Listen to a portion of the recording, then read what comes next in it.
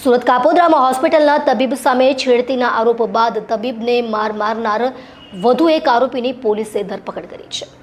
કાપોદ્રા વિસ્તારમાં આવેલી હોસ્પિટલમાં તબીબે છેડતી કરી હોવાના આક્ષેપ સાથે તબીબ સાથે મારામારી કરી તોડફોડ કરી હોવાના બનાવમાં સામસામે પોલીસ ફરિયાદ નોંધાવી હતી, જે અનુસંધાને પોલીસે વધુ એક આરોપીની ધરપકડ કરી છે। મોહિત કાસકટા નામના આરોપીને પોલીસે ઝડપી પાડ્યો હતો। આરોપી અને તેના અન્ય સાથી મિત્રોએ હોસ્પિટલમાં પ્રવેશ કરી મારામારી કરી હતી।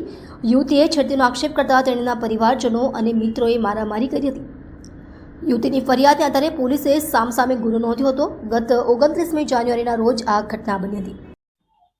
ગઈ તારીખ 29 ના રોજ કાપોદ્રા પોલીસ સ્ટેશનમાં નાના વરાછા ખાતે આવેલ ફ્લોરલ હોસ્પિટલ ખાતે રિસેપ્શનિસ્ટ તરીકે કામ કરતી યુવતી એ પોતે એવી એમના જાહેરાત કરેલી કે ડૉક્ટર પ્રતિક માવાણી જે ગાયનેકોલોજીસ્ટ છે, ડૉક્ટર જે વિઝિટિંગ ડૉક્ટર છે, એના દ્વારા એમની છેડતી કરવામાં આવેલી।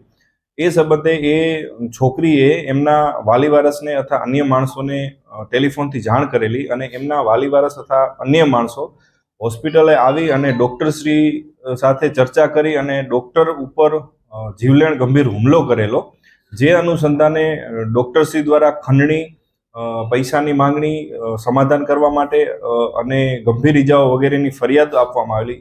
એ જ સમયે છોકરી દ્વારા પણ ડૉક્ટર વિરુદ્ધ છેડતીની ફરિયાદ આપવામાં આવેલી।